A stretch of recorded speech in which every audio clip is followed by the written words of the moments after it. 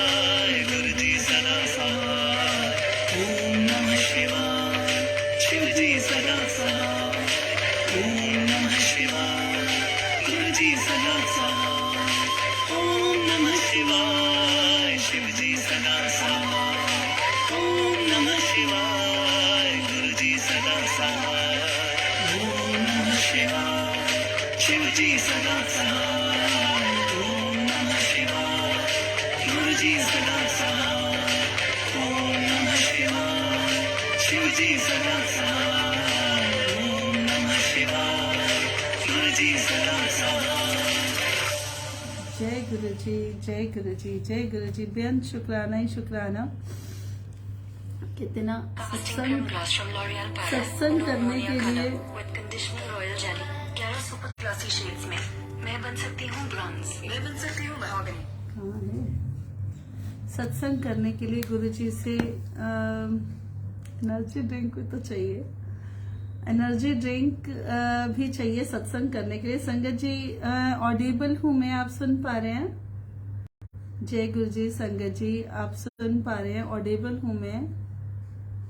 जय गुरु जी, जय गुरु जी, जय गुरु जी। गुरु जी का बेअंत शुक्राना ही शुक्राना। जय गुरु जी, जय गुरु जी, जय गुरु जी। आप सुन पा रहे हैं संगत जी? मैया जी का लाडला, जय गुरु जी। कविता आंटी, जय गुरु जी। गुरु जी की प्यारी प्यारी संगत को जय गुरु जी। सरोज आंटी, जय गुरु ji. Thank you so much. Sunil uncle, thank you so much for reply. Poonam aunty, जय गुरु जी। संगत जी गुरु जी कहते हैं कि अपनी जर्नी के साथ सत्संग को शेयर करो। वैसे तो बहुत बार संगत ने जर्नी सुनी हुई है यूट्यूब पे, फेसबुक पे, मेरी जर्नी हर पेज पे गुरुजी ने सुनी हुई है और गुरुजी की संगत ने सुनी है, लेकिन गुरुजी कहते हैं जर्नी के साथ सत्संग को शेयर करो। तो मैं शॉर्टकट में जर्नी शेयर करूंगी। गुरुजी ने मैं गुरुजी से कैंसर ब्लेस्ड हूँ और 2016 में मुझे गुरुजी ने कैंसर से ब्लेस किया। पता नहीं गुरुजी जर्नी सुनवाकर किस किस को ब्लेस करने वाले होते हैं, पता नहीं जर्नी सुनवाकर गुरुजी किसके क्वेश्चन आंसर्स के जवाब देने वाले होते हैं। तो मैं ये कहना तो संगत जी बहुत मुश्किल है, मुश्किल नहीं नामुमकिन है। और हमें कुछ नहीं पता होता, हम लोग इंसान हैं और हम इंसानी चोले में जो है डेट्स याद रखते हैं, इंसानों को याद रखते हैं, लेकिन ये कहना बहुत मुश्किल है कि गुरुजी ने हमारी बांह कब पकड़ी, गुरुजी ने हमें कब संभाला, गुरुजी ने हमें कब अपना बनाया, कब गुरुजी ने हमें अपने परिवार के साथ जोड़ा। ये कहना मुश्किल नहीं नामुमकिन है। हम भटके हुए राही थे, गुरुजी ने हमें हमारी बांह पकड़ी, हमें संभाला, हमें अपने चरणों में लगाया, हमें सत्संग की दात बख्शी गुरुजी ने। बेअंत शुक्राना, शुक्राना कहते हैं ना, शुक्राना हर पल हर एक एक सांस का शुक्राना। शुक्राना करते जाओ और गुरु महाराज से रहमतें लेते जाओ। आप एक शुक्राना गाते हो, गुरुजी आपको अगले दिन 10 शुक्राने बख्शते हैं। मेरे पास शुक्राना के अलावा, शुक्राना करने के अलावा गुरुजी के पास, मतलब मेरे पास और कोई वर्ड्स नहीं है। मेरी कहते ना वो जबान ना थके जिसमें शुक्राना का शब्द हो। अगर ये ना चाहे, इनकी मर्जी ना हो संगत जी, हम शुक्राना का शब्द ही अपने मुंह से नहीं बोल सकते। इनकी मर्जी होती है, इनकी रजा होती है। गुरु महाराज अपनी कृपा से, अपनी रजा से, अपने शुक्राने से बुलवाते हैं। यहाँ गद्दी के पास बैठकर, गुरुजी के चरणों में बैठकर जो बुलवाते हैं वो बुलवाते हैं, अपनी मर्जी से बुलवाते हैं, अपनी रजा से बुलवाते हैं। जितना बुलवाते हैं वो बुलवाते हैं। और बहुत बार ऐसा होता है कि जब हम सोचते हैं कि हमें ये बोलना है, वो हमारे माइंड से स्किप हो जाता है और हमें नहीं याद रहता कि हमने क्या बोलना था। हम यहाँ पर कोई डायरी कुछ लिख कर नहीं बैठते कि गुरु महाराज हमें क्या बुलवाना चाह रहे हैं या हमें क्या बोलना है। वो अपनी मर्जी से बुलवाते हैं, अपनी इच्छा से बुलवाते हैं। बहुत बार उन्होंने जितना बुलवाना होता है उसके बाद वो इतना माइंड वॉश कर देते हैं कि हमें समझ में नहीं आता कि हम क्या क्या बोले, और हम गुरुजी से आज्ञा ले लेते हैं। तो संगत जी, गुरुजी से मैं कैंसर ब्लेस्ड हूँ। 2016 में मुझे कैंसर आया, मेरे 65 रिपोर्ट्स में कैंसर आया और गुरुजी ने मुझे ब्लेस किया। गुरुजी ने मेरी बांह पकड़ी। 65 रिपोर्ट्स में कैंसर आने के बाद बायोप्सी में नेगेटिव आ गया। ये मेरी जर्नी थी। स्टार्टिंग में सर गंगाराम हॉस्पिटल में मेरा ऑपरेशन था और उस ऑपरेशन के टाइम कहते ना, जब डॉक्टरों की डॉक्टरी फेल हो जाती है तो हमारे गुरुजी की डॉक्टरी शुरू हो जाती है। गुरुजी आके हमारी बांह पकड़ लेते हैं। डॉक्टर हैरान हो जाते हैं, डॉक्टर परेशान हो जाते हैं कि इतनी सारी रिपोर्ट्स में, ढेरों रिपोर्ट्स, इतनी बड़ी रिपोर्ट्स की फाइल के अंदर 65 रिपोर्ट्स में कैंसर आने के बाद बायोप्सी में नेगेटिव कैसे आ सकता है। डॉक्टर हैंड ओवर रिपोर्ट नहीं करता कि मैं रिपोर्ट नहीं दूंगा जब तक मैं दोबारा टेस्ट कराने के लिए नहीं भेजूंगा। दोबारा टेस्ट होकर आता है संगत जी, दूसरी रिपोर्ट भी गुरुजी नेगेटिव कर देते हैं और डॉक्टर एकदम से ये कह देते हैं कि पता नहीं कौन सी बड़ी शक्ति थी। डॉक्टर की एक जबान से ये निकलता है कि पता नहीं कौन सी बड़ी शक्ति थी जो इतनी सारी रिपोर्ट्स में कैंसर आने के बाद बायोप्सी में नेगेटिव कैसे आ सकता है।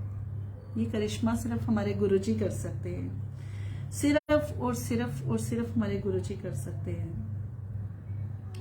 संगत जी, गुरुजी ने मैं गुरुजी से जोड़ने से पहले, जब मुझे गुरुजी ने जोड़ा उससे पहले मैंने कभी भी गुरुजी के बारे में मैंने कभी सुना ही नहीं था। अचानक से कोई गुरुजी का प्यारा, कोई गुरुजी का दूत, कितना रब को पता होता है कि इसको मेरी जरूरत है, मुझे इसके पास जाना है। स्टार्टिंग में हमारा रब हमारी बांह पकड़ता है और वो इस तरह से पकड़ लेता है आके कि हम लाख कोशिश कर लें छुड़ाने की, वो हमारी बांह नहीं छोड़ती। कहते ना, रब से कुछ मत मांगो, रब से रब को मांग लो। हम लोग इंसान होते ना, हम लोग क्या मांगते हैं, हमारे पास ये नहीं है, वो नहीं है, घर नहीं है, गाड़ी नहीं है, बंगला नहीं है, मकान नहीं है, हमारे पास बच्चा नहीं है। अरे आप क्यों मांगते हो ये सब? आप रब से रब को मांगो। आप क्यों नहीं मानते हो? आप हम रब को मानते हैं, लेकिन हम रब से मांगते भी हैं। गुरु जी कहते हैं मन्नो, मंगो नहीं। हमारे मन के अंदर जो जो कुछ चल रहा होता है हमारे गुरु जी सब जानते हैं। जो इस दर से पाया है वो किसी दर से नहीं पाया। कहते ना बहुत सारे दर खटका खटका के थक गए हम, ये दर मिला, एक जीने की आस जागी, विश्वास जागा। हमारे विश्वास खत्म हो चुके थे। हम लोगों को जो है ना, कोई हमें कहता था उस पंडित के पास चले जाओ वो सही बताता है, कोई कहता है उस ज्योतिष के पास चले जाओ वो सही बताता है। अरे नहीं नहीं नहीं, तो छोड़ो, उसके पास चले जाओ, वो तो बिल्कुल ऐसे बताता है जैसे पता नहीं उसकी जबान पे तो जैसे भगवान बैठा है। संगत जी नहीं, भगवान भगवान है, कितना उत्ते रब है, थल्ले इंसान है, क्योंकि वो हमें इधर उधर भटकाते हैं। संगत जी हमें किसी भी पंडित, किसी भी ज्योतिष, किसी भी एस्ट्रोलॉजर के पास जाने की जरूरत नहीं। हम इधर उधर क्यों भटकते हैं? हम इधर उधर क्यों भटकते हैं? कितना हम चाचे ताए के पास क्यों जाए जब हमारा अपना प्यो बैठा है हमें देने के लिए? हमें क्या जरूरत है हम किसी चाचे ताए के पास जाएं? जब हमें हमारा रब बैठा है, हमारा प्यो बन के वो हमें सब कुछ दे रहा है, तो हम क्यों भटकते हैं किसी चाचे ताए की तरफ? हमें जाने की जरूरत क्या है? डायरेक्ट रब से लेना आपका। गुरुजी तभी तो कहते हैं मेरे साथ 1 to 1 डायरेक्ट कनेक्शन बनाओ, 1 to 1 डायरेक्ट कनेक्शन बनाओ। गुरुजी के साथ तार से तार मिला लो, उनसे उनको मांग लो, उनके हो जाओ। कहते हैं रब के हो जाओ, रब से रब को मांग लो। आप जिस दिन आप रब के को सरेंडर कर दोगे, जिस दिन आप 100% सरेंडर कर दोगे ना, उस दिन आपकी जिंदगी समझ जाएगी। कहते ना, अगर मैं अपने ऊपर देखूं, एक टाइम ऐसा आता था कि मुझे लगता था मैं यहाँ इस दुनिया में कर क्या रही हूँ, मैं जी किस लिए रही हूँ। ना मैं जीने में हूँ ना मैं मरने में हूँ, सिर्फ एक लाश का पुतला हूं मैं, जो सिर्फ उठती है सुबह और रात सारा दिन घोड़े की तरह काम करती है, और उसके बाद वो रात को सो जाती है, फिर सुबह का सूरज फिर से देखने को मिल जाता है। लेकिन आज जब से इन्होंने मेरी बाह पकड़ी है, जब से इन्होंने मुझे संभाला है, मेरे में एक जीने की इच्छा जागी है। अब मुझे लगता है कि गुरुजी मुझे जीना है, मेरा एक्चुअली अब टाइम आया है जीने का। मुझे लगता है कि मेरी जिंदगी कुछ में आशाएं हैं जीने की, मेरी तमन्नाएं हैं जीने की। मुझे दिखता है कि मुझे अपना कल, अपना आने वाला कल ब्राइट दिखता है। जो बीत गया वो वापस नहीं आएगा, जो चला गया वो वापस नहीं आएगा। हमें अपना आज, अगर हम अपना आज ठीक करते हैं तो हमारा फ्यूचर अपने आप ब्राइट है। और हमारा आज कब ठीक होगा, हमारा आज कैसे ठीक होगा, जब हमारा 100% सच्चे मन से, 100% की बात नहीं कर रही हूँ, 100 वाली बात नहीं कर रही हूँ, मैं 100% बात कर रही हूँ 10 वाली। आप अपना सच्चे मन से जब इनके चरणों में 10% दे देते हो ना, जब इनके मन में आप सच्चे मन से 10% दे देते हो, तो 90% आके वो आपकी बाह पकड़ लेते हैं। कहते हैं ना, जब रब हमारी बाह पकड़ लेता है, हमें किसी तीसरे के पास जाने की जरूरत नहीं पड़ती, हमें सिर्फ अपना विश्वास पक्का करना होता है। आज मैं शिव अंकल से बात कर रही थी, और मैंने शिव अंकल से बात करी। अंकल ने पता नहीं क्यों मुझे ऐसे बोला आज कि पुत्र एक बात बोलूं तेरे को। मैंने कहा क्या? मैंने कहा हाँ जी अंकल बोलो। अंकल कहते हैं कि ना, मैं कभी किसी से इतनी बात नहीं करता, और इतनी बात मैंने आज तक कभी किसी को कही नहीं है। मैंने कहा हाँ जी अंकल बोलो। अंकल कहते हैं कि ना, गुरुजी ना तेरी सेवा से बहुत खुश हैं, तेरी सेवा से गुरुजी बहुत खुश हैं, और जब तू सेवा करती है ना तो मुझे ऐसा लगता है गुरुजी तेरे आगे पीछे तेरे साथ चल रहे हैं। तेरी सेवा बिल्कुल परवान है और सच्ची सेवा है। मैंने अंकल को कहा, मैंने कहा अंकल आप तो मेरे को ऐसे बोल रहे, मैं तो हवा में उड़ने लग गई हूँ। कहते नहीं पुत्र, जो मैंने ऑब्जर्व किया मैंने वही बोला कि तेरी सेवा जो है बिल्कुल परवान है। मैंने उसी टाइम गुरु जी की तरफ देखा, मैंने एक तरफ मतलब मेरी शिव अंकल से बात होती थी, दूसरी तरफ मैं गुरु जी को देख रही थी कि गुरु जी ये आप शिव अंकल के मुंह से बुलवा रहे हो। संगत जी, गुरु जी किसी ना किसी संगत के थ्रू, किसी ना किसी मैसेज के थ्रू, किसी ना किसी भी उससे गुरुजी हमें हर चीज का जवाब देते हैं, हर चीज का एक एक बात का जवाब देते हैं। जब अभी हम अपना जायशकर पेज पे क्विज, एवरी सैटरडे हम लोग क्विज चलाते हैं, तो क्विज में फर्स्ट क्वेश्चन था कि गुरुजी ने किस आंटी को गुरुजी ने जो था वो सूट ब्लेस किया था। तो उसका डेफिनेशन ये था कि जो सुखी आंटी थे वो गुरुजी जब संगत लगा के बैठे थे तो गुरुजी, मेरे मन में ये चीज आई थी जब मैंने फर्स्ट टाइम क्वेश्चन किया था, तो जब संगत ने जवाब भी दिया था उस टाइम मेरे मन में ये चीज आई थी कि क्या ऐसा कभी होता है, क्या ऐसा कभी हो सकता है। सिर्फ ये बात सिर्फ मैसेजेस में लिखी होती है या सिर्फ सबके कहने में लिखी होती है कि मैं सबके मन की पढ़ लेता हूं, मैं अंदर तक सबकी जानता हूं। क्या ये बात एक्चुअली सच है गुरुजी, आप सच में पढ़ लेते हो? तो जब मैंने एक क्वेश्चन पूछा था तो उस क्वेश्चन में था कि गुरुजी ने जब संगत लगाई हुई थी तो किस आंटी को गुरुजी ने सूट ब्लेस किया था। और उसकी डेफिनेशन ये थी कि जब गुरुजी संगत लगा के बैठे थे तो गुरुजी ने बहुत सुंदर एक चोला पहना हुआ था। तो आंटी जब बैठी हुई थी, जो सुखी आंटी थे वो बैठे थे, और सुखी आंटी के मन में ही आया कि गुरुजी कितने प्यारे लग रहे हैं, काश मेरे पास भी ऐसा सूट होता। तो आंटी सिर्फ मन ही मन गुरुजी से बात कर रही थी, अपने मन के अंदर बात कर रही थी, और गुरुजी ने आंटी को सूट ब्लेस करके दे दिया था। तो अभी जब मैं लास्ट मंडे, ये जो मंडे अभी गया है, मैं बड़े मंदिर गई थी 20 तारीख को, तो मेरे मन में ये चीज आई कि जब मैं गुरुजी के दर्शन करने के लिए गई और मैं कुटिया के दर्शन करके, जो साइड पे गुरुजी का झूला लगा हुआ है, जब मैंने झूले में देखा, झूले के पास देखा, तो नीचे ना 2 फ्लावर की पेटल्स जो थी वो बिखरी हुई थी। और मैं मतलब मुझे वहां पे खड़े होने का मौका मिला प्रॉपर। हालांकि मंडे को रश बहुत ज्यादा था, लेकिन फिर भी मुझे गुरुजी ने प्रॉपर मौका दिया, क्योंकि गुरुजी ही जानते हैं और गुरुजी को पता था कि ये वहां क्या सोचने वाली है। ना मेरे आगे कोई, ना मेरे पीछे कोई, मुझे खड़ा होने का मौका मिला वहां। और सबसे बड़ी मजे की बात ये कि मुझे सेवादार अंकल ने एक बार भी ये नहीं कहा कि आंटी आप गुरुजी से आज्ञा लो और जाओ आप। मैं खड़ी हुई वहां और मैं मन ही मन खड़े होकर ये सोच रही, मैं कहा गुरुजी आपकी रंगोली में तो मैंने आज तक नहीं देखा कि एक पेटल भी इधर से उधर हो, आज ये 2 पत्तियां बिखरी क्यों हुई हैं? तो एक जिसमें लीव थी वो रोज पेटल की थी, और एक जो लीव थी वो गेंदे के फूल की थी, ऑरेंज वाली। तो 2 पेटल्स बिखरी हुई थी, और मैंने गुरुजी को अचानक से बोला कि गुरुजी आज ये पेटल्स बिखरी हुई क्यों हैं? तो अचानक से वो जो सेवादार अंकल थे वो अंदर गए, उन्होंने वही 2 पेटल्स उठाई और लाके मेरे हैंड में रख दी कि आंटी ये आपकी ब्लेसिंग। हाय राम, मैं तो कितना रूह गदगद हो गई है गुरुजी दर्शन करके तेरे।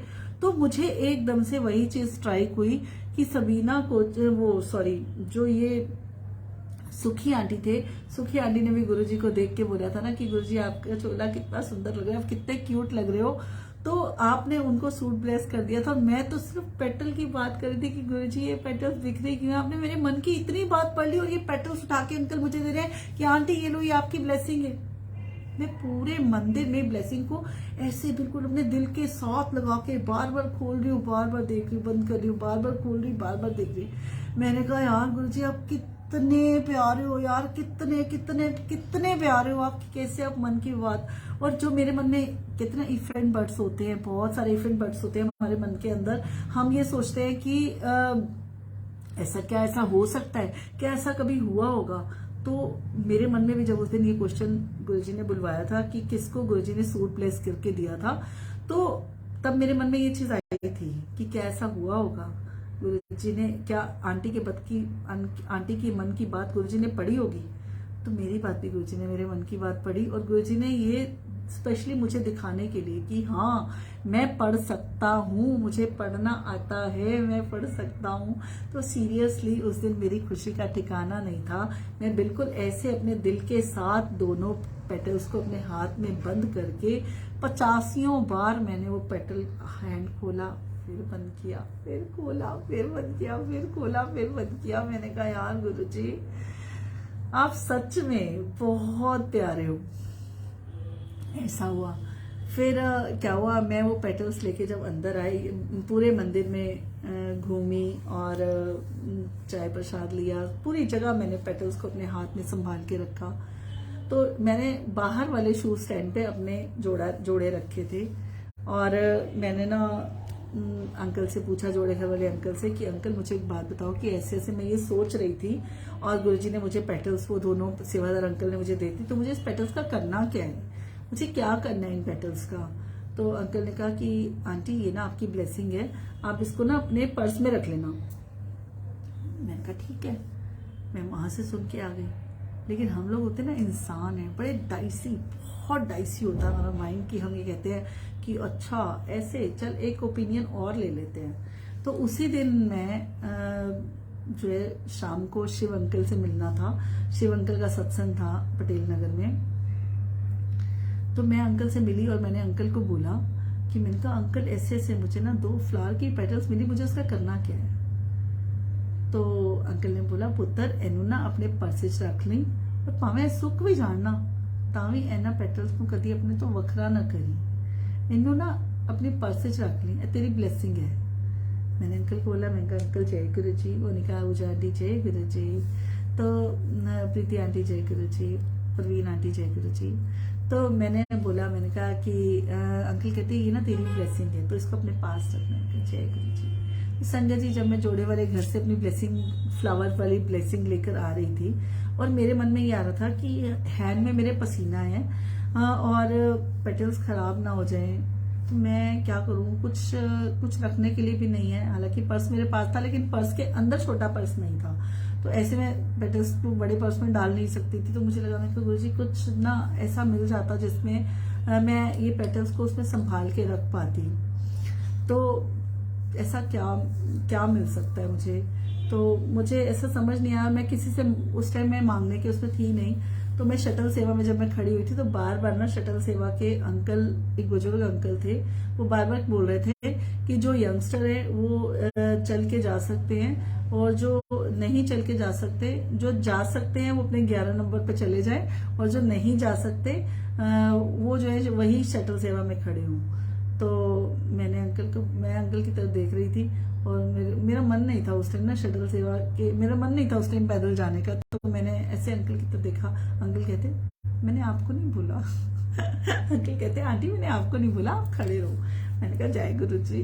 तो फिर क्या हुआ, मेरे ना एक बड़ी सी गाड़ी आती है और उसकी ना वो पीछे डिक्की वाली साइड ना बिठाने के लिए बोलते हैं। मेरे आगे भी 15-20 संगत होती है, 10-15 संगत मेरे आगे भी होती है और ना अंकल वो कोई पीछे ना डिक्की में बैठने के लिए रेडी नहीं होता। तो इतने में ना अंकल बैठते हैं, कोई अंकल सेवादार अंकल बोलते हैं कि कोई ऐसा है जिन्होंने पीछे बैठना है। तो मेरे मुंह से ना एकदम से निकला, मैं कहा अंकल मैं बैठ जाऊंगी पीछे। अंकल कहते हैं आंटी आ जाओ पीछे बैठ जाओ। तो कोई भी आगे वाला तैयार नहीं हुआ, सब पीछे मैं ही सिर्फ पीछे बैठी हूँ। मेरे साथ आके एक छोटे से अंकल और बैठ गए, बाकी सब आगे बैठे। और देखो हम गुरुजी कितनी हमारी मन की बात को एक्चुअली पढ़ते हैं, हर चीज गुरुजी हमारे मन की जानते हैं। तो अगर मैं पीछे नहीं बैठती और वो कोई और बैठ जाता, जैसे आगे 10-15 संगत और भी थी, तो जो गुरुजी ने मुझे ब्लेसिंग दी ना वो शायद वो मुझे नहीं मिलती, क्योंकि मैं गुरुजी को कहती कि गुरुजी ये रखने के लिए शायद मुझे कुछ मिल जाता। तो जब हम टी पॉइंट से जा रहे थे तो मैंने अंकल को बोला, मैं कहा अंकल मुझे यहीं पे उतार दो। अंकल ने मेरी सुनी नहीं।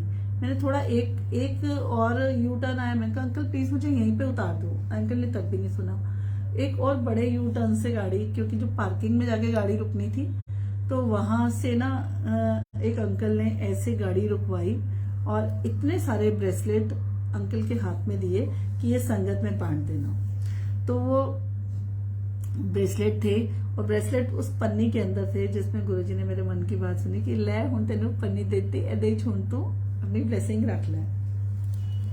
तो संगत जी गुरुजी ने मुझे ब्लेसिंग दी, ब्रेसलेट प्रसाद दिया, मुझे फ्लावर संभालने के लिए छोटी सी पन्नी दी।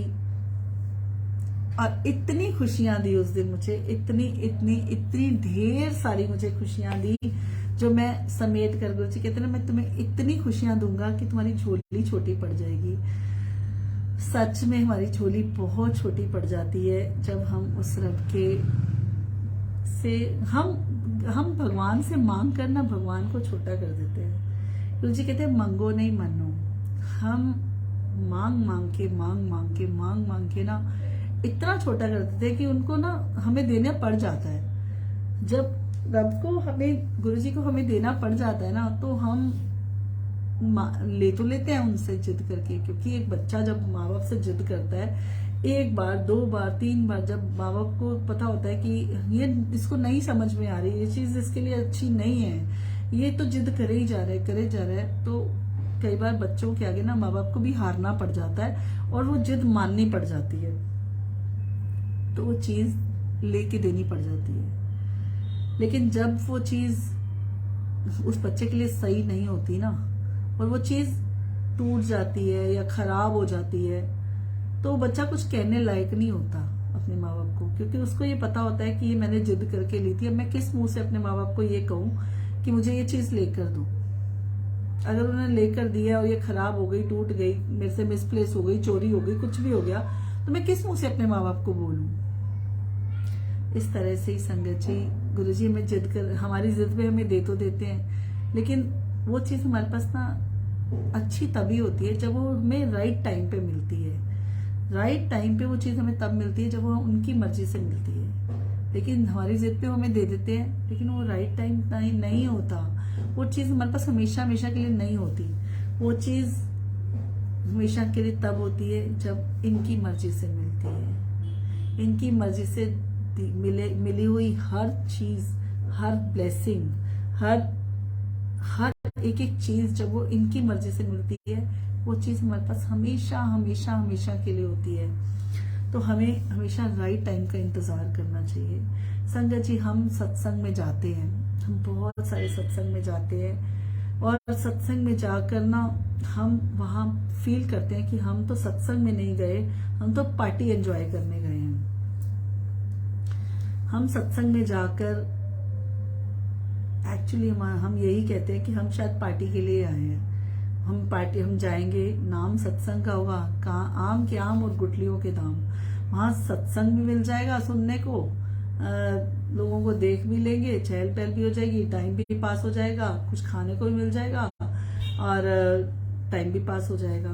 तो संगत जी, सत्संग एक दवाई है, सत्संग एक वो मेडिसिन है जो हमारे जब दिल के अंदर तक उतरती है, जब मेडिसिन हमारे अंदर तक उतरती है और वो हमारी बॉडी को हील करती है। वो हील कैसे करती है? जब वो हमारी बॉडी के अंदर उतरती है और वो हमें ब्लेस करती है, हमारी बॉडी के एक एक पार्ट को ब्लेस करती है। सत्संग, यस, कुछ नहीं, बहुत, गुरुजी कहते हैं ना 10% संगत मेरी मुट्ठी में है, बाकी सब भीड़ है। एक्चुअली अब प्रीति आंटी, गुरुजी की 10% संगत, 100 में से 10 लोग ही ऐसे होते हैं जो सत्संग सुनने जाते हैं। संगत में पंगत भी होती है।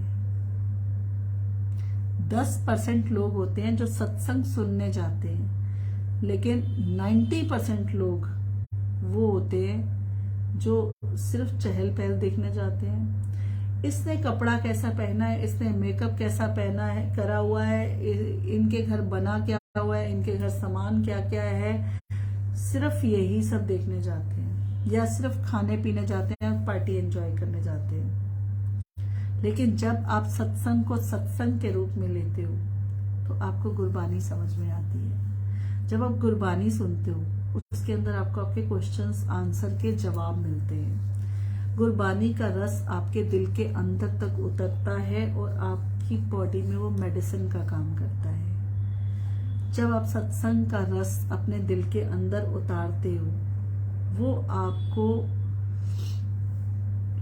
आपकी बॉडी को तो हील करता ही है, आपकी सोल को भी प्योर करता है। हमारी वो गुरबानी एक ऐसा मंत्र है हमारे लिए कि वो हमें आत्मा और परमात्मा को मिलाता है। जब हम सच्चे मन से गुरबानी का रस अपने दिल के अंदर उतारते हैं, हमारा ध्यान सिर्फ सिर्फ सिर्फ गुरु जी के चरणों में होता है। हम जब आंखें बंद करके फील करते हैं रब को अपने पास, तो कनेक्शन हमारा डायरेक्ट बनता है। हमें ये सब चीजें छोड़ देनी चाहिए, क्योंकि संगत जी हम सत्संग में आ गए, हमें कॉल गुरु जी की आती है। सत्संग जिनके घर में होता है वो बहुत सारी संगत को बुलाते हैं, बहुत सारे मैसेज करते हैं, स्टेटस में डाल देते हैं, फेसबुक पे डाल देते हैं। मैं भी डालती हूँ, ये नहीं कि मैं सबसे अलग हूँ, मैं भी डालती हूँ, क्योंकि मेरा भाव ये होता है कि गुरु जी बहुत सारी संगत को भेजना। कितना भोले की बारात चढ़ी गज वज के, सारे ने भंग पीती रज रज के। तो मुझे भांग पीनी है, लेकिन मुझे वो वाली भांग नहीं पीनी जो एक्चुअल वाली भांग है। मुझे पीनी है वो सत्संग की भांग, वो गुरबानी की भांग जो मेरे दिल के अंदर उतरे और मेरी बॉडी को हिल करे, मेरी सोल को प्योर करे। मुझे वो वाली भांग पीनी है ना। मुझे भोले के रंग में रंगना है, मुझे संगत के रंग में नहीं रंगना। आप कभी भी ये मैटर मत करो कि आपका सत्संग कौन सुन रहा है, आपके सत्संग कितने लोग सुन रहे हैं, आपके सत्संग में कितने लोग आए हैं। आपके मन में सिर्फ एक चीज होनी चाहिए कि मेरा सत्संग मेरा भगवान सुन रहा है, मेरा सत्संग मेरे गुरुजी सुन रहे हैं, मेरा सत्संग में मेरे गुरुजी आए हैं। संगत कितनी आई है ये मैटर नहीं करता, मेरे गुरुजी आए हैं ना, मेरे गुरुजी आए हैं, वो मेरा सत्संग सुन रहे हैं, वो उन्होंने मेरे सत्संग को परवान किया है, उन्होंने मेरे घर से सत्संग में उन्होंने भोग खाया है, चाय प्रसाद पी है, कड़ा प्रसाद खाया, उन्होंने हर प्रसाद इस घर से खाया है। आप प्रसाद ये क्यों कहते हो कि संगत में प्रसाद जो है वो इतना सारा बच गया? आप ये सोचो कि जो हमारे रब ने अपने मुंह लगा लिया, जो हमारे गुरुजी ने अपने मुंह जो प्रसाद लगा लिया, वो तो वैसे ही ब्लेस हो गया। आप कभी भी ये मत सोचो कि हमने तो इतनी संगत को बुलाया था और इतनी संगत आई। संगत 100 बुलाई, आई 10 इनकी मर्जी से, और वो 10 जो आई होगी ना वो प्योर सोल होगी, क्योंकि इनकी मर्जी से आई है। आप जो बुलाते हो ना, आप रिश्तेदार बुलाते हो, आधे लोग प्रसाद छोड़ जाते हैं, कोई चाय छोड़ रहा है, कोई समोसा प्रसाद छोड़ रहा है, कोई चपाती प्रसाद छोड़ रहा है, वो छोड़ जाते हैं क्योंकि आप अपने रिश्तेदार बुलाते हो। आप संगत को बुलाओ, जो गुरुजी की संगत है। आप सिर्फ आप मत बुलाओ, आप गुरुजी को बुलाओ कि गुरुजी आप बुलाओ सत्संग में संगत को, जिसको आपने बुलाना है, जो आपको लगता है कि ये संगत है, आप उनको बुलाओ। हम 100 लोगों को बुलाते हैं, गुरुजी 10 को भेजते हैं, क्योंकि 10 वो संगत होती है। जो 90 लोग नहीं आते ना, संगत है ही नहीं। किसी के सिर में दर्द हो जाएगा, किसी के घर में गेस्ट आ जाएगा, कोई बीमार हो जाएगा, कोई मर जाएगा, किसी को पाठ पे जाना होगा, किसी को कहीं और जाना होगा, किसी के घर कोई आ जाएगा, वो बहाने बन जाते हैं, वो संगत नहीं होती, वो संगत नहीं होती। संगत जी, गुरुजी की ब्लेसिंग, गुरुजी ब्लेसिंग उसको देते हैं जिसको ब्लेसिंग की कदर होती है, जिसको ब्लेसिंग की कदर होती है। गुरुजी अपनी ब्लेसिंग उसको देते हैं। कितना गुरुजी ने हमें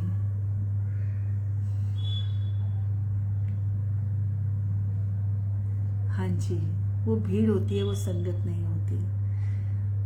हर तरह के, आप जब बाहर निकलोगे ना तो आपको हर तरह के लोग मिलेंगे, हर तरह के लोग मिलेंगे, आपको पता भी नहीं चलेगा, क्योंकि हमारी पहचान, हमारा दिमाग उतना होता ही नहीं है, हम सबको अपना समझ लेते हैं। लेकिन ये हमारे गुरुजी है ना, वो हमें टाइम टू टाइम कौन तुम्हारा अपना है, कौन तुम्हारा अपना नहीं है, किसके भाव तुम्हारे प्रति क्या है, कौन तुम्हारे मुंह पे तुम्हारा है, पीछे से तुम्हें गालियां निकाल रहा है, चुगलियां कर रहा है, बुराइयां कर रहा है तुम्हारी, वो सब हमें बता देते हैं। वो गुरुजी अपने आप उनको हमसे दूर कर देते हैं। वो सरकमस्टांसिस ही ऐसे बना देते हैं हमारे गुरुजी कि वो अपने आप हमसे दूर चला जाता है, हमें पता भी नहीं चलता। गुरुजी हालात ही ऐसे क्रिएट करा देते हैं। हम जिनको अपना समझते हैं, क्या वो एक्चुअली हमारे अपने होते हैं? नहीं। हम इंसान है ना, हमें सब अपने लगते हैं, क्योंकि हम जो है वो देखते हैं जो हम इंसानी नजरों से देखते हैं। हम अपनी नजरों से देखते हैं, जो आंखें हमारे पास हैं, हम उनसे देखते हैं। लेकिन गुरुजी अपनी तीसरी आंख खोल के हमें दिखाना चाहते हैं कि तुम ये देखो कि ये तुम्हारे अपने हैं, ये तुम्हारे पराये हैं, ये तुम्हारे अपने हैं। गुरुजी हमारी आंखें खोल देते हैं। गुरुजी हमें हर नेगेटिविटी से दूर कर देते हैं। गुरुजी हमें भेजते ही वहां है जहां पॉजिटिविटी होती है। नेगेटिविटी से हटा देते हैं हमारे गुरुजी हमें। मैं बहुत सारे लोगों को ऐसे जानती हूँ, कहने को मैं तेरी सहेली हूं, मैं तो तेरी बचपन की सहेली हूं, मैं तेरी बचपन की सहेली हूं, तेरा मेरा तो बहुत प्यार है। एक जगह सत्संग में गई, कोई बात हो गई एक आंटी के साथ कोई बात हुई, और उन्होंने मेरे को बोला कि गीतू आंटी आप ना एक काम करो, आप ना अब ये पुराने, क्योंकि मेरे को वहां गुरुजी हुक्म ही नहीं देते जाने का। तो आंटी ने मेरे को एक जगह सत्संग में था, हम सत्संग में बैठे थे, तो आंटी ने मेरे को कहा कि आंटी पिछली बातें छोड़ो और आप परसों हमारे घर सत्संग है, आप आना। मैंने कहा आंटी मैं तो कोई बात पकड़ी नहीं, आपने मुझे बुलाना बंद कर दिया और मुझे पता भी नहीं चलता आपके घर सत्संग कब होता है, और गुरुजी के सत्संग में तो बिना बुलाए भी आ सकते हैं, तो मेरे मन में ऐसा कुछ नहीं है, मैं आऊंगी। तो मैं वहां सत्संग में चली गई। संगत जी आप बिलीव नहीं करोगे, जब मैं वहां सत्संग में गई ना, मैंने अजीब सा नजारा देखा वहां जाके, कि ऐसे लग रहा था कि सब संगत का ध्यान जो था वो गुरुजी से हटके गीतू आंटी पे आ गया कि आज गीतू आंटी कैसे आ गई यहाँ। मुझे बिल्कुल वो फील हुआ कि गुरुजी ये क्या है। मुझे तो बिल्कुल वहां जाके ऐसा फील हुआ, मतलब एक एक संगत की आंखें मुझे ऐसे, आज ये आंटी कैसे आ गई, आज ये आंटी कैसे आ गई, बिल्कुल ऐसे। थैंक यू सपना आंटी। तो मुझे तो बिल्कुल ऐसा लगा कि आज तो गीतू आंटी कैसे आ गई यहाँ। बिल्कुल गुरुजी ने ऐसे स्पेशल वाला फील करा दिया कि मुझे तो, मैं गुरुजी को बोल रही, मैं कहा गुरुजी ये क्या है भाई, आप हो, आप अपने में ध्यान लगवाओ, मेरे में नहीं। तो मैंने ये देखा, मैंने कहा यार ऐसे तो मतलब ऐसे भी लोग हैं कि मुझे तो ऐसा लगा कि जुलूस निकल जाता ना, वैसे वाला फील आया मुझे। और मेरे को गुरुजी ने ऐसा हुक्म भी नहीं दिया कि ये सब देख के तू अपनी इंसल्ट फील कराए और तू वहां से उठ के चली जाए। मुझे गुरुजी ने ऐसा भी हुक्म नहीं दिया। मैं वहां पे गई, मुझे गुरुजी ने खड़ा किया रसोई में और मुझे बोला गीतू आंटी तू सेवा कर, तू नहीं बैठेगी यहाँ पे, तू नहीं बैठेगी यहाँ, तू लोगों की नजरों में नहीं आएगी, तू खड़ी हो जा, तो रसोई में चली जा। उनकी रसोई संगत जी इतनी छोटी रसोई थी कि गुरुजी ने, थैंक यू प्रेमा जी, तो इतनी छोटी उनकी रसोई थी कि उसके अंदर एक मैं थी और एक ही और आंटी थी। उनकी रसोई में किसी को दिख भी नहीं रहा था कि रसोई में है कौन। तो गुरुजी ने मुझे सबकी नजरों से हटा दिया। और बाद में जब सत्संग ओवर हुआ, मैं लंगर प्रसाद वहां खा रही थी और मुझे, गीतू आंटी आप थे यहाँ पे, हमने सोचा आप चले गए, हमने सोचा आप थे, आप तो दिखे ही नहीं, बस आते हुए दिखे आप, तो उसके बाद दिखे ही नहीं, आप तो दिखे ही नहीं। फिर चंगी गल है, गुरुजी ने दिखाया ही नहीं। तो ऐसे भी सत्संग में बहुत कुछ होता है। सेवा जब गुरुजी लेते हैं ना, तो गुरुजी कहते हैं तुझे सेवादार बनाया है। सारे सेवादार मीठे नहीं होते और सारी संगत गुरुजी की संगत नहीं होती। एक जगह गुरुजी ने सत्संग पे बुलाया, एक जगह गुरुजी ने दरबार सेवा के लिए बुलाया, और ना जब वहां मैं गई तो मैंने देखा उन्होंने खुद चोला लगाया हुआ था,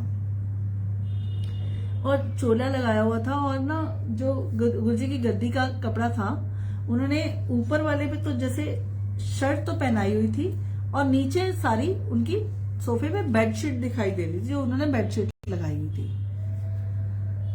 तो मैंने सिर्फ वहां जाके इतना बोला कि मैंने कहा इसका ना एक कपड़ा और होना चाहिए कि आपको गुरुजी कुर्ता पहनाया तो आप गुरुजी को लुंगी भी पहनाओ ना। तो भाई नीचे का पजामा या लुंगी जो भी पहनाना है वो भी तो पहनाओ गुरुजी को। तो कहते हैं कि ना वो है ही नहीं इसमें। मैंने कहा आंटी ऐसा हो नहीं सकता कि ना हो, बीच में गुरुजी का चोला कंप्लीट होता है, आप इसको पहनाओ बीच में। तो कहने लगे नहीं इतने ही कपड़े हैं। तो मैंने कहा कि आंटी पॉसिबल नहीं है, या तो एक वहां रह गया है उनके घर पे, आप जहां से भी चोला लेकर आए हो, और नहीं तो ऐसा पॉसिबल नहीं है, इसमें होगा जरूर। तो बोला आंटी आप देख लो इसमें नहीं है। तो मैंने उसमें से देखा नहीं था, लेकिन उसके उन्होंने ना जिनके घर से चोला आया उन्होंने 2 चोले दे दिए उनको। तो 2 चोले दे दिए तो मेरे को लगा कि मैंने कहा भी 2 चोले आ गए, अब टाइम तो 4 बजने में थोड़ी देर रह गई, 4 से 6 का सत्संग था। तो मैंने कहा थोड़ी देर ही रह गई, अब इतना टाइम तो है नहीं कि हम चोला दूसरा चेंज करने जाएं या मैं अपने घर से चोला लेने जाऊं, पास में ही था भले। तो मैंने ऐसा किया कि उसको ना मिक्स एंड मैच चोला करा दिया। तो उसके बाद मिक्स एंड मैच में भी लाइट कलर और डार्क कलर का कॉम्बिनेशन गुरुजी ने इतना अच्छा बनवा दिया कि चोला बहुत सुंदर लग रहा था। दरबार भी जहां गुरुजी ने कराना था, जो गुरुजी ने थोड़ी बहुत रंगोली की सेवा भी ली, गुरुजी ने दरबार बहुत सुंदर करा दिया। उसके बाद मैं ये नहीं कहती कि मैंने किया, गुरुजी ने कराया, जो जैसा गुरुजी को पहनना था गुरुजी ने वैसा चोला पहन लिया। और उसके बाद ना जैसे सत्संग शुरू हुआ तो 3-4 ना कंटिन्यूसली 3-4 भजन चल गए। तो जैसे आप सब जानते हैं कि गुरुजी के सत्संग में भजन की सेवा नहीं होती और नहीं होनी चाहिए, क्योंकि सत्संग में सत्संग में सत का संग, तो सत्संग में गुरबानी चलनी चाहिए। आप गुरुजी का सत्संग कराते हो, गुरबानी मीन्स गुरु की बानी, तो गुरबानी ही चलनी चाहिए सत्संग में, भजन नहीं चलने चाहिए। तो उनके सत्संग में 4-5 कंटिन्यूसली भजन भजन भजन हो गए। तो मेरे पीछे एक सुनीता आंटी बैठी थी, उन्होंने ना इतना बोल दिया कि गीतू आंटी आपने प्लेलिस्ट नहीं दी क्या इनको? तो मैंने उनको बोला, मैंने कहा नहीं आंटी प्लेलिस्ट मैंने नहीं दी, इन्होंने पहले ही बनाई हुई थी। तो जबकि सत्संग शुरू होने से पहले मैंने उनको कहा कि आपने प्लेलिस्ट बना ली? बोले हाँ। प्लेलिस्ट है आपके पास? कहते हाँ जी आंटी हमारे पास है। मैंने कहा आप एक बार लगा के देख लो। कहते हमने लगा के देख लिया, ओके। आंटी के बेटे ने बोला चलो ठीक है। अब जब वो तसल्ली अपनी दे रहे हैं तो मुझे अच्छा नहीं लगता ना कि मैं बार बार बोलूं। तो मैं जब बैठी और मैंने अंकल को, जब आंटी ने मुझे बोला कि यहाँ सारे भजन ही चल रहे हैं, शब्द तो एक भी नहीं है, तो मैं रसोई में गई। रसोई में उन आंटी का बेटा जो था वो सेवा कर रहा था, तो मैंने उनको बोला, मैंने कहा ये प्लेलिस्ट आपने बनाई है? कहते हाँ। तो मैंने कहा इसमें तो शब्द है ही नहीं। तो मेरे को ना इतने गंदे तरीके से उसने बोला, उन अंकल ने बोला कि आप जब से आए हो ना तब से टांग अड़ाते जा रहे हो, आप जब से आए हो अपनी चलाए जा रहे हो। अब जब उन्होंने मुझे ये बोला तो एकदम ना मेरा मुंह इतना सा हो गया कि बहुत इंसल्टिंग सा लगा। और गुरुजी मैं क्या करूं? तब तक मैंने सेवा करी थी, चाय प्रसाद भी नहीं लिया था, और मैंने चाय प्रसाद मेरा लिया। आप संगत जी बिलीव नहीं करोगे, मैं गुरुजी के साथ बैठे बैठे भी मतलब मेरे को गुरुजी ने, मेरे को मतलब मैं क्या ही बोलूं कि मुझे कैसा वाला फील हो रहा था, बहुत ज्यादा इंसल्टिंग सा लगा। लेकिन बस मन में एक ही चीज आई कि गुरुजी कोई बात नहीं। मैं बहुत दूर जाके गुरुजी से बहुत दूर जाके बैठ गई और मेरी आंखों में आंसू थे। मैंने रोते रोते चाय पी और चाय प्रसाद लेके मैं चाय प्रसाद लिया और चाय प्रसाद लेके मैं आने लग गई बाहर कि मुझसे नहीं बैठा जा रहा, इतनी इंसल्ट करा के मुझसे नहीं बैठा जा रहा। मैं गुरुजी से माफी मांगी और मैं आने लग गई। तो जब मैं आने लग गई तो मुझे किसी ने आते हुए देख लिया, शायद उनकी मम्मा ने देख लिया। वो फटाफट से बाहर आया, कहते आप कहाँ जा रहे हो? उन आंटी को कुछ भी नहीं पता था। मैंने उनको बोला, मैंने कहा आंटी मैं अभी आ रही हूँ, अभी मुझे कोई काम है तो उनको लगा कि कोई ना कोई बात तो हुई है, तो ऐसे ऐसे ये नहीं जाती है, कोई ना कोई बात हुई है। तो उन्होंने मेरे को बोला कि आंटी क्या हुआ है कुछ। मैं कहा नहीं आंटी कुछ कोई बात नहीं हुई, बस मुझे जाना है, मेरे को मैं थोड़ी देर में दोबारा आ जाती हूँ, बट मुझे अभी जाने दो आप यहाँ से।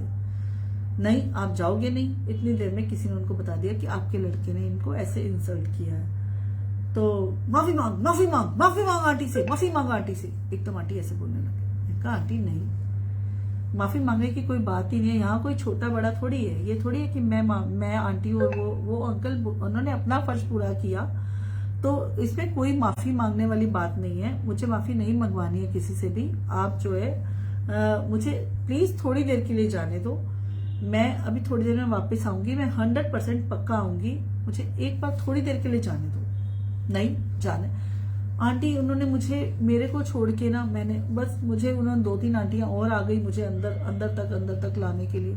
फिर मुझे लगा कि सारा ध्यान संगत का मुझ में ही जा रहा है, सत्संग से ध्यान डाइवर्ट हो रहा है, और मैंने उस टाइम मैं गुरुजी के पास अंदर आके बैठ गई। जब मैं अंदर आके बैठी तो फिर मुझे गुरुजी ने फिर रसोई में भेज दिया कि देख रसोई में जा, कोई गड़बड़ है, जा तू रसोई में।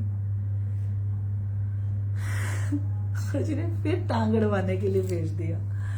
मैं गुरुजी को फिर वही हंस के कि गुरुजी पता नहीं तुम क्या चाहते हो, दोबारा गुरुजी आप दोबारा इंसल्ट कराओगे क्या। गुरुजी कहते तू जा।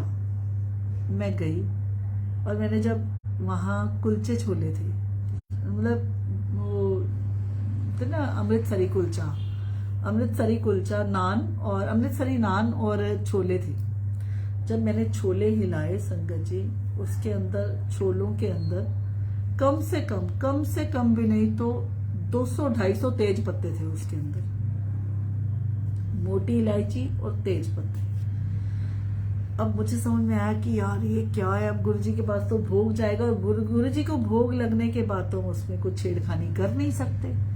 तो मैंने एक आंटी को बोला, मैंने कहा आंटी अभी गुरुजी को भोग नहीं गया ना, मैंने कहा पहले इसमें से सारे तेज पत्ते और मोटी इलायची निकालो, क्योंकि गुरुजी के भोग मिक्स होने के बाद हम इसमें से कोई छेड़खानी नहीं कर सकते। तो सारे तेज पत्ते और इलायचियां ढूंढ के, वो इतने बड़े पतीले में से सारे तेज पत्ते और इलायचियां ढूंढ के उनको निकाली और उनको अलग किया।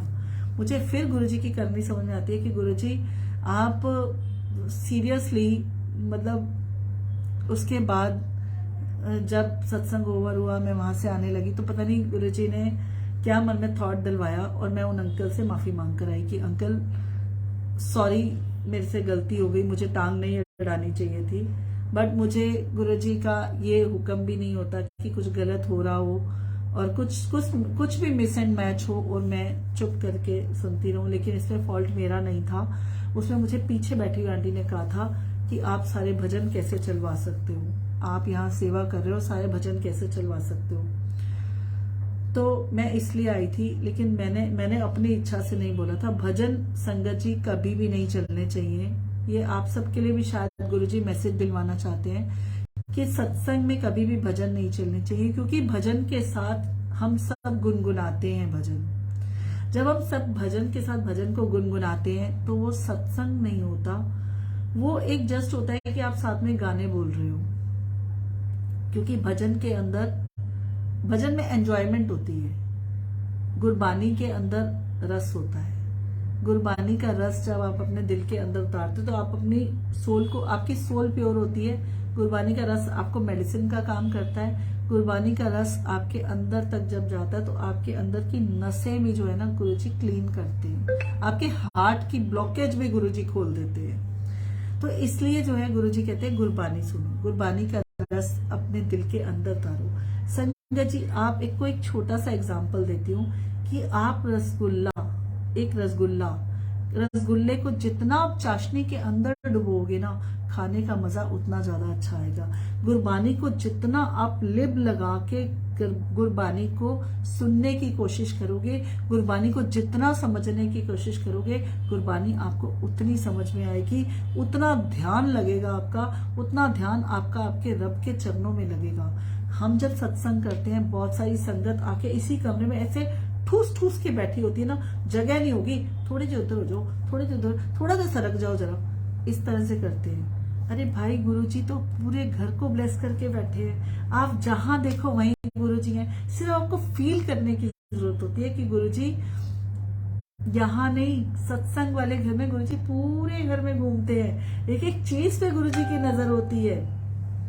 आप कहीं पे भी बैठ जाओ, दाएं देखो गुरुजी है, बाएं देखो गुरुजी है, उत्ते देखो गुरुजी, थल्ले गुरुजी, अगे पीछे गुरुजी गुरुजी गुरुजी गुरुजी है। आपको गुरुजी को ढूंढने की जरूरत नहीं है कहीं पे भी।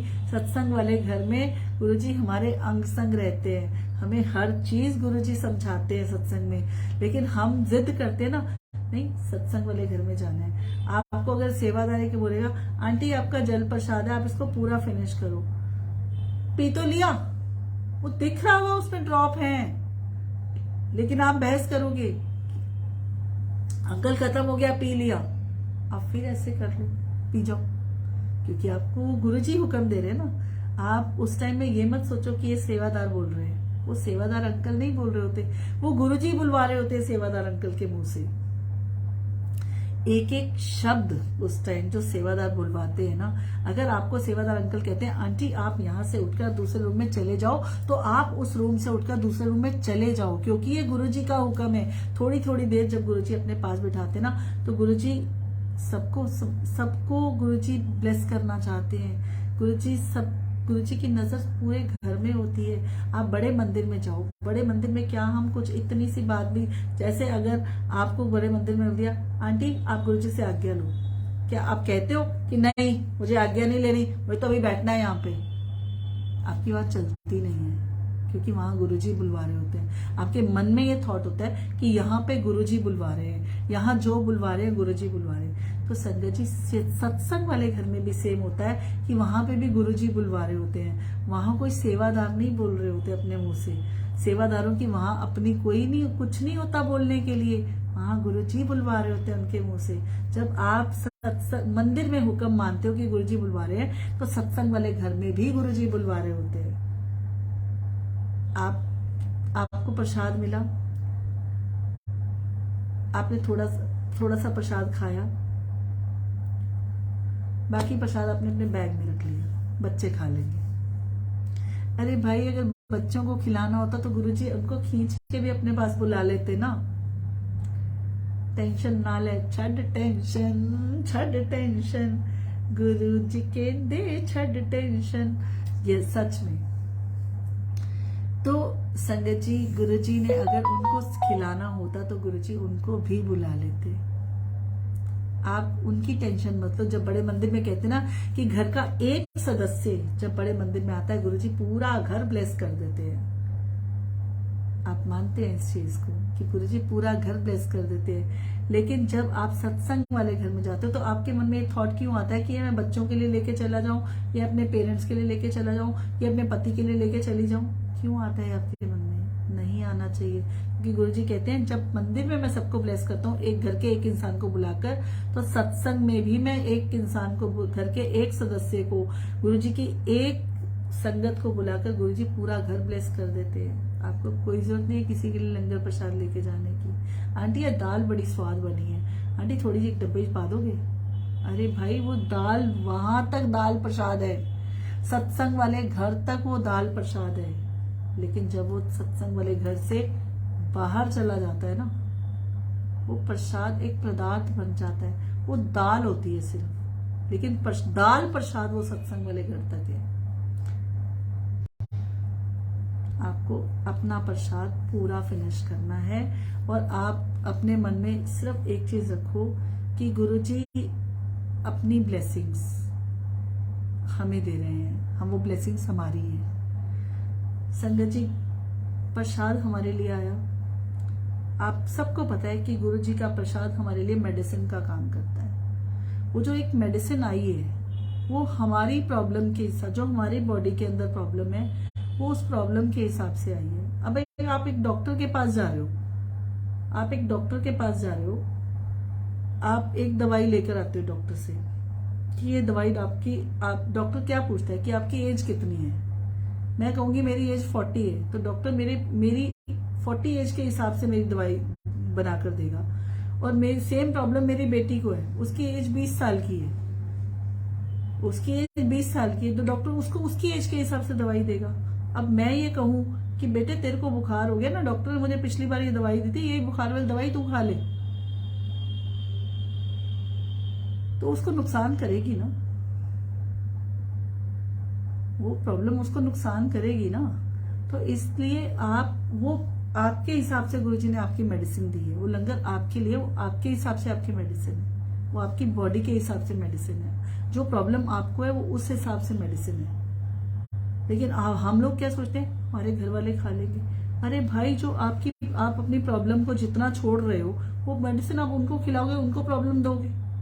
आप अपनी प्रॉब्लम को यही खत्म करो ना, पूरा खाकर। गुरुजी ने उनको खिलाना होगा तो गुरुजी खुद उनको। संगत जी कहते ना, एक बच्चा माँ के पेट में होता है, माँ खाती है बच्चे को लगता है,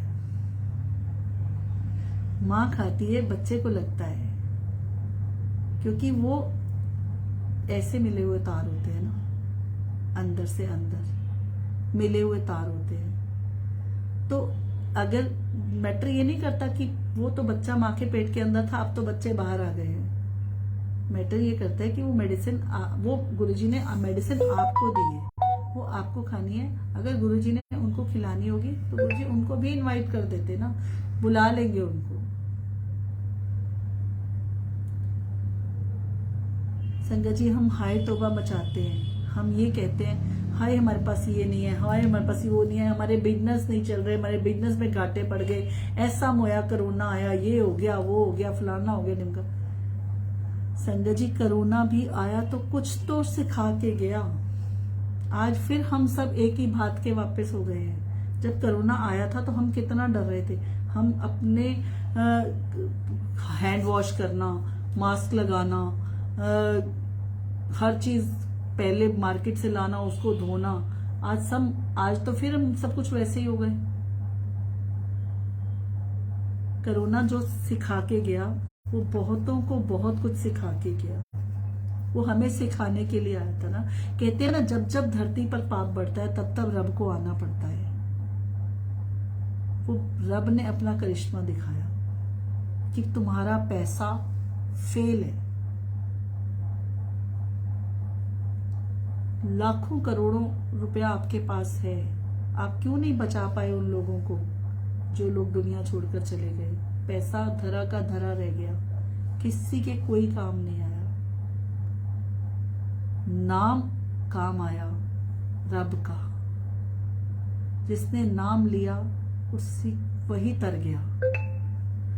मैंने आज तक कभी किसी के मुंह से ये नहीं सुना, मैंने आज तक कभी किसी के मुंह से ये नहीं सुना कि कोई इंसान कोरोना में जो है वो उसको रोटी नहीं मिली। संगत जी, वो भगवान है। जब वो माँ के पेट के अंदर पलते हुए बच्चे की रोटी का इंतजाम वो कर देता है, तो क्या हमारा इंतजाम वो नहीं करेगा? हम क्यों सोचते हैं इस रब के लिए कि हमें ये नहीं मिला, वो नहीं मिला? हमें सब कुछ दिया उस रब ने। हम फिर गिले शिकवे करते हैं, कहते हैं रब से गिला शिकवा और शिकायत। शिकवा और शिकायत मत करो, सिर्फ शुक्राना करो। शुक्राना, शुक्राना, शुक्राना और केवल शुक्राना। कहते ना, शुक्राना शब्द मुंह से तब निकलता है जब ये चाहते हैं। हम अपने मुंह से शुक्राना भी नहीं बोल सकते जब तक गुरुजी की मर्जी ना हो, जब तक हमारे रब की रजा नहीं है। हम शुक्राना का शब्द भी अपने मुंह से नहीं बोल सकते। जय गुरुजी, जय गुरुजी, जय जय गुरुजी, धन धन गुरुजी, वाह वाह गुरुजी, शुक्राना गुरुजी, बेअंत शुक्राना ही शुक्राना। आज के लिए गुरुजी से और गुरुजी की प्यारी प्यारी संगत से आज्ञा लेते हैं, मंत्र जाप के साथ गुरुजी से आज्ञा लेते हैं। कोई भी गुरुजी भूल चूक हुई हो, अपनी बच्ची समझ के माफ करना। संगत जी, कोई अपशब्द किसी को कोई बुरा लगा हो, Sunil uncle thank you so much, divine souls of Guruji page का शुक्राना। बहुत प्यारे प्यारे थॉट्स हैं ये जो,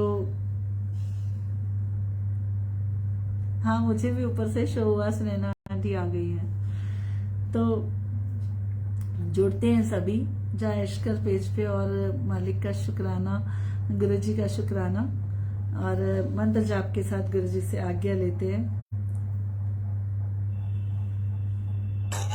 नमः शिवाय शिव जी सदा साथ। ओम नमः शिवाय शिव जी सदा साथ। ओम नमः शिवाय गुरु जी सदा साथ। ओम नमः शिवाय शिव जी सदा साथ। ओम नमः शिवाय गुरु जी सदा साथ। ओम नमः शिवाय शिव जी सदा साथ। ओम नमः शिवाय गुरु जी सदा साथ। जय गुरु जी, जय गुरु जी, जय गुरु जी। शुक्राना गुरु जी, बेहद शुक्राना ही शुक्राना। Thank you Sunil uncle, thank you so much सेवा देने के लिए। Love you Guru ji, love you all संगत। जय गुरु जी, जय गुरु जी, जय गुरु।